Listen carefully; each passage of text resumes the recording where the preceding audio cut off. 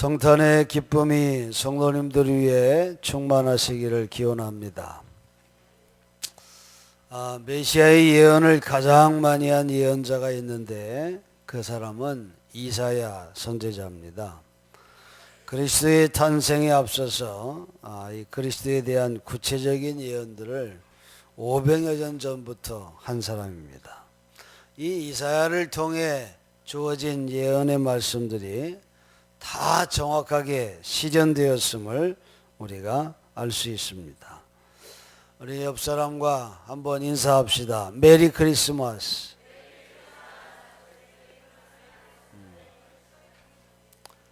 그리고 한 번 더 인사할까요? 예수님이 오셨습니다.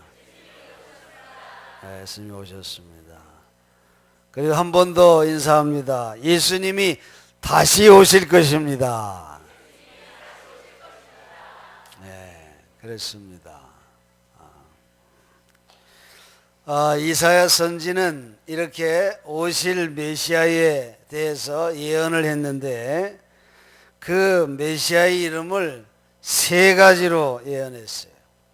오늘 순서가 많아서 이 세 가지만 간략하게 우리가 생각하면서 말씀을 나누려고 합니다. 첫 번째는 이사야서에 보면 처녀가 잉태하여 아들을 낳을 것이며 그가 그의 이름을 임마누엘이라 하리라. 그래서 메시아 그리스도의 다른 이름은 바로 뭐라고요? 임마누엘이라 하는 것입니다. 여러분 임마누엘 모르는 사람 거의 없을 겁니다. 교회 좀 다니면 하나님이 우리와 함께 계시다 그런 뜻이죠.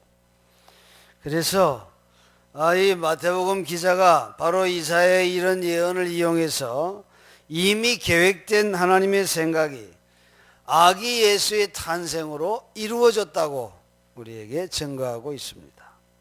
정말 낮은 데로 내려오신 하나님이 예수님이십니다.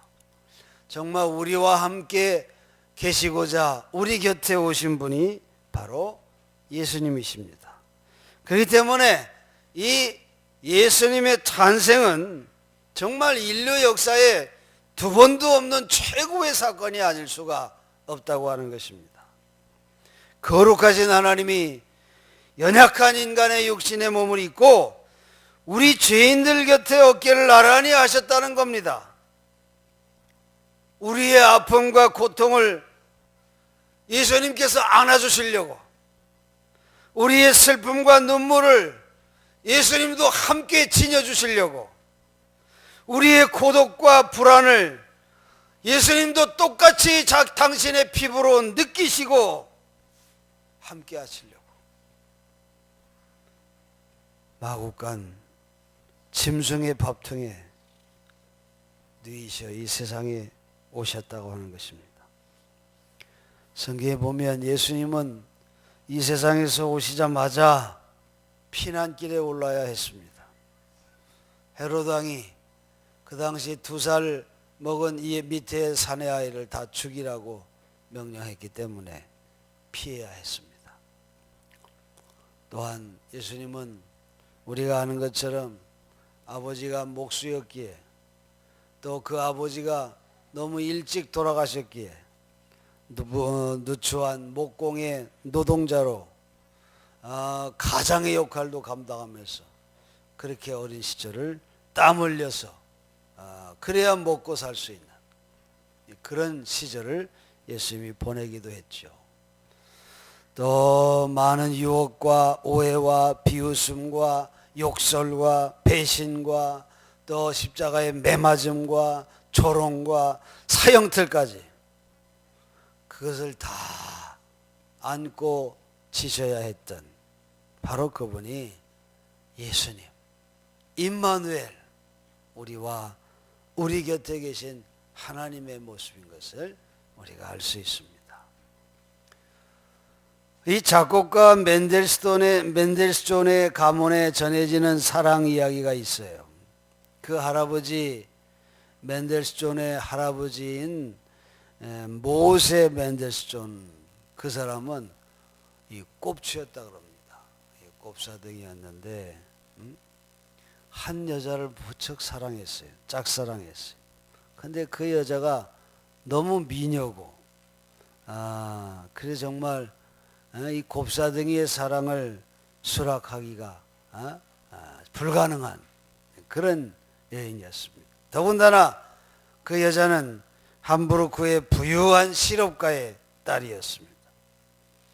별로 가문도 없고 재산도 없고, 더군다나 등이 곱사등이 된 그런 사람이 그런 부유한 집에 미녀인 딸을 아내로 맞이한다고 하는 것은 불가능한 그런 일이었습니다.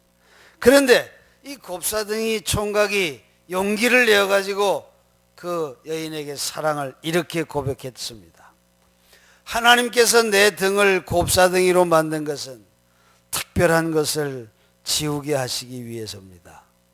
당신이 허락만 한다면 지금부터 평생 동안 당신의 한숨과 걱정거리, 당신의 아픔과 가시를 내가 대신 짊어지겠습니다. 그렇게 말했어요.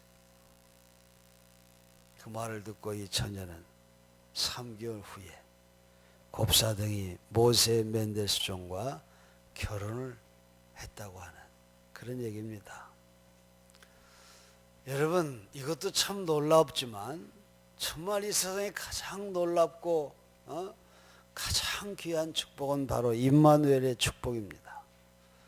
예수님께서, 하나님께서 예수님으로 우리 가운데 오셔서 우리의 아픔과 근심을, 우리의 허물과 죄를, 내가 받아야 할 채찍과 형벌을 다 대신 짊어지셨다고 하는 거예요.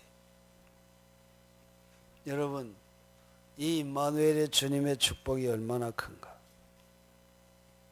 우리 곁에 오셔서 우리의 무거운 짐을 대신 져주신 분이 탄생하신 날이 바로 오늘 성탄의 날입니다. 여러분이 성탄의 날에 정말 이 하나님의 은혜에 대한 깊은 감사가 있기를 간절히 축원합니다.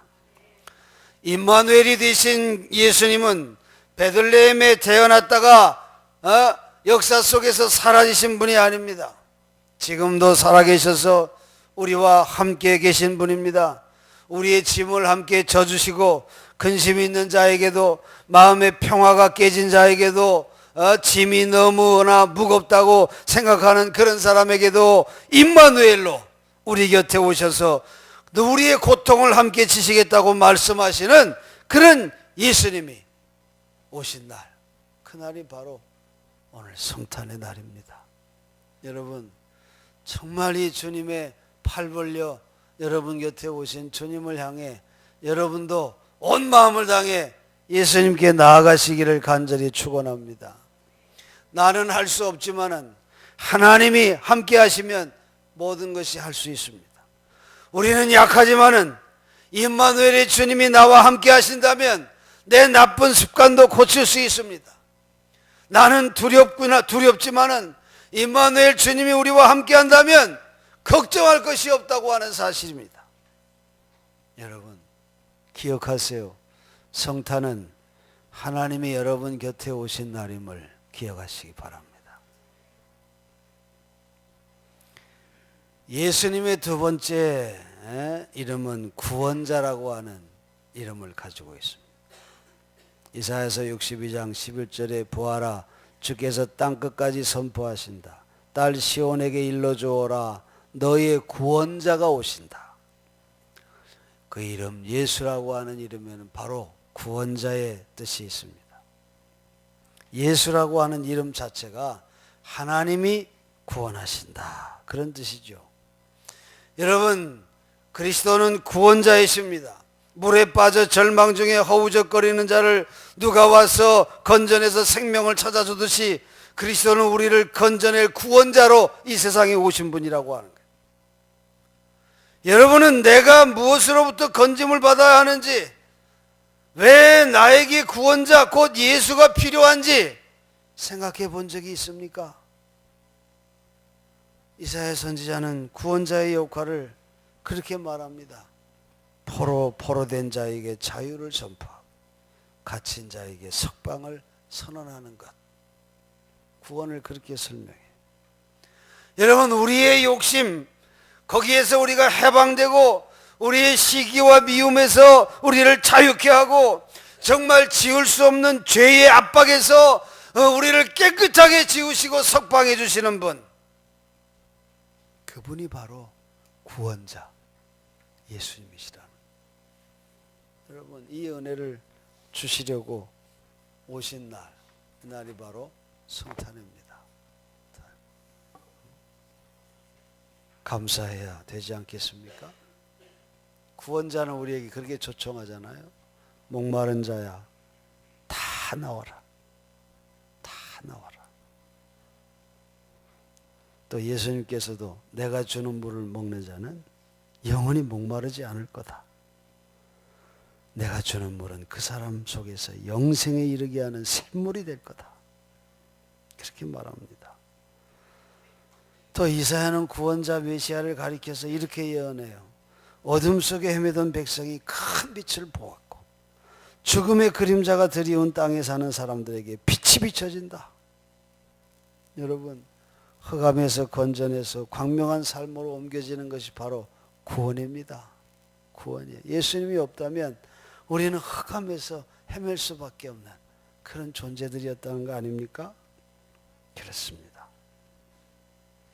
우울한 삶에서 구원자 되시는 예수님의 은혜로 기쁨의 삶으로 변화됩니다. 부정적인 생각에서 긍정적인 생각으로 바뀝니다. 땅만 보는 인생관에서 하늘의 영원한 가치를 바라보는 소망의 인생으로 옮겨지는 것이 바로 구원 아닙니까?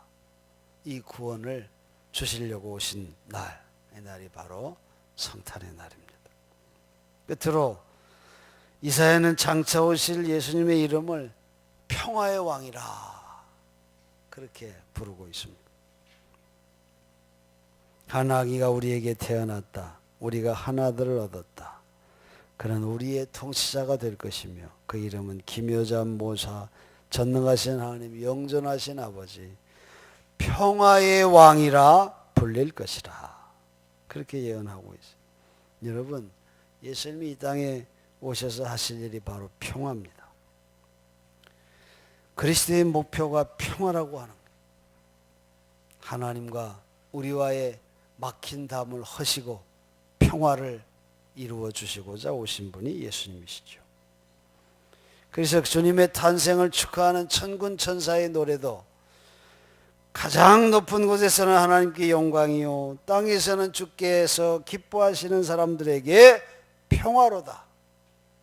평화의 찬송을 불렀잖아요. 그렇습니다.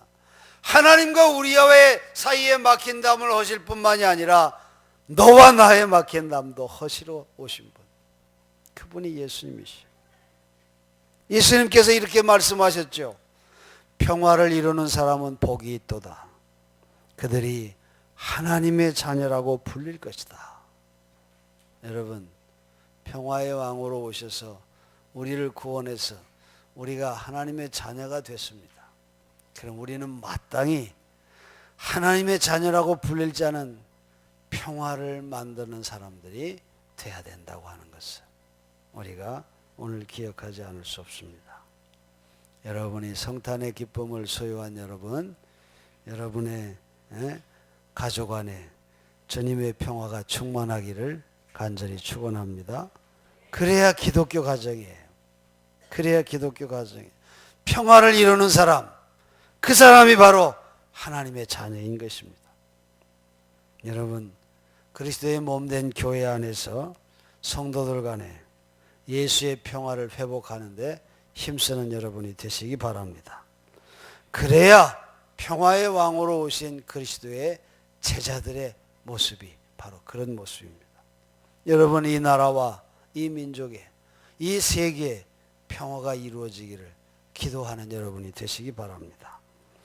이사야가 예언한 바로 예수님의 이름은 바로 첫째는 임마누엘이요, 정말 감격스럽게도 하나님이 친히 우리 곁에 내려오셔서 우리와 함께 계시겠다고 하는 그런 축복의 이름이요, 또 두 번째 이름은 구원자, 우리를 모든 억압과 죄로부터 해방시키고 우리의 흑암에서 건져내신다고 하는 그런 구원자요. 또 세 번째는 평화의 왕으로 오신 그런 예수.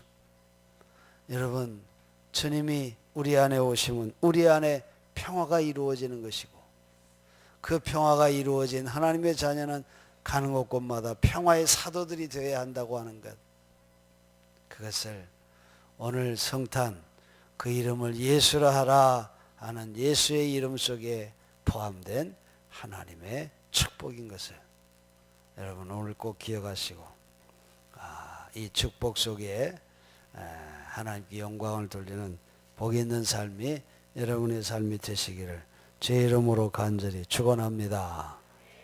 기도하겠습니다.